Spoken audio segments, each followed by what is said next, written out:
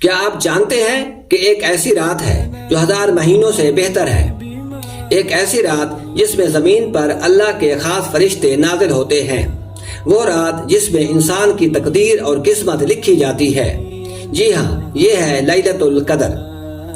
بسم اللہ الرحمن الرحیم۔ اللہ تبارک و تعالیٰ کے نام سے شروع جو بڑا مہربان اور نہایت رحم کرنے والا ہے۔ فاروق ہسٹوریکل وائس میں تمام دوستوں کو خلوص بھرا سلام۔ میں ہوں فاروق احمد اور آپ دیکھ رہے ہیں فاروق ہسٹوریکل وائس چینل۔ ناظرین کرام، آج کی اس ویڈیو میں سال کی سب سے افضل ترین رات لیلۃ القدر کے بارے میں قرآن و حدیث کی روشنی میں تفصیل کے ساتھ بیان کیا جائے گا۔ نمبر 1، کیا آپ لیلۃ القدر کی رات کو پہچان سکتے ہیں؟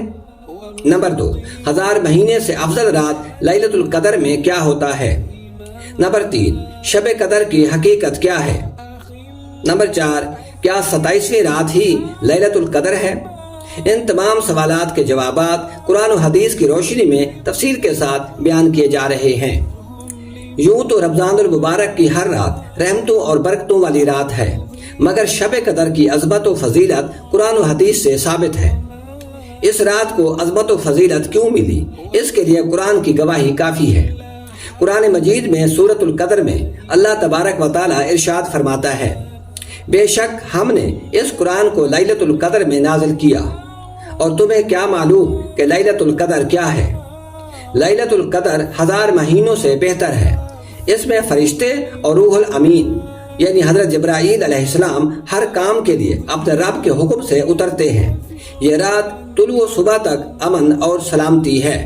لیلۃ القدر اسلامی تاریخ کی سب سے بابرکت رات ہے، جو رمضان المبارک کے آخری عشرے کی طاق راتوں 21، 23، 25، 27، 29 میں سے کسی ایک میں آتی ہے۔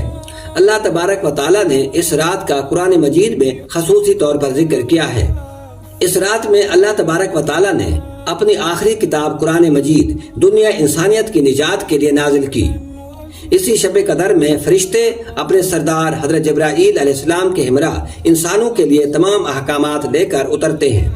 چنانچہ اس پوری رات کو مغرب تا فجر امن و سلامتی اور فلاح و کامرانی کی رات بنا دیا گیا ہے۔ یہ رات اس قدر عظیم ہے کہ اس میں ایک رات کی عبادت کا ثواب 83 سال 4 مہینے کی عبادت سے زیادہ ہے۔ بخاری شریف میں آیا ہے، حضرت ابو ہریرہ رضی اللہ تعالیٰ عنہ سے روایت ہے، آپ صلی اللہ علیہ وسلم نے ارشاد فرمایا کہ جو شخص ایمان کے ساتھ اور ثواب کی نیت سے لیلۃ القدر میں عبادت کرتا ہے، اس کے پچھلے تمام گناہ معاف کر دیے جاتے ہیں۔ حضرت عائشہ رضی اللہ تعالیٰ عنہا سے روایت ہے کہ آپ صلی اللہ علیہ وسلم 27ویں رات کو زیادہ عبادت کرتے تھے، اس لیے اکثر لوگ اسی رات کو لیلۃ القدر سمجھتے ہیں، لیکن اصل میں لیلۃ القدر چھپی ہوئی ہے تاکہ لوگ پورے عشرے میں زیادہ سے زیادہ عبادت کریں۔ لیلۃ القدر کے لیے کسی معین یا مخصوص رات کا تعین اللہ کی طرف سے اس لیے نہیں کیا گیا کہ لوگ لیلۃ القدر کی فضیلت سے فائدہ اٹھانے کے لیے صرف ایک ہی رات پر اکتفا نہ کریں، مختلف طاق راتوں میں اس کی تلاش جاری رکھیں اور عبادت کرتے رہیں۔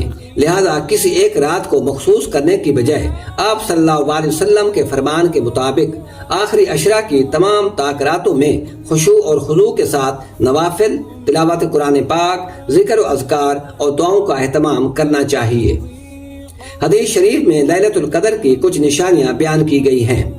نمبر 1، یہ رات پرسکون اور خوشگوار ہوتی ہے، نہ زیادہ گرمی اور نہ ہی زیادہ سردی۔ نمبر 2، اس رات کو چاند کی روشنی قدرے ہلکی ہوتی ہے۔ نمبر 3، سورج سفید اور نرم روشنی کے ساتھ نکلتا ہے۔ نمبر 4، دل میں روحانی سکون محسوس ہوتا ہے۔ لیلۃ القدر میں کون سی عبادات کرنی چاہیے؟ نمبر 1، حضرت عائشہ رضی اللہ تعالیٰ عنہا نے پوچھا، یا رسول اللہ، اگر میں شب قدر پا لوں تو کیا دعا کروں؟ آپ صلی اللہ علیہ وسلم نے ارشاد فرمایا، یہ دعا کریں، اے اللہ، تو معاف کرنے والا ہے، معافی کو پسند کرتا ہے، پس مجھے معاف فرما دے۔ نمبر 2، زیادہ سے زیادہ نفل نماز ادا کریں۔ نمبر 3، خاص طور پر صلاتن تسبیح پڑھنا افضل ہے۔ نمبر 4، قرآن اسی رات نازل ہوا، اس لیے اس رات قرآن کی زیادہ سے زیادہ تلاوت کرنی چاہیے۔ نمبر 5، استغفار اور توبہ کریں۔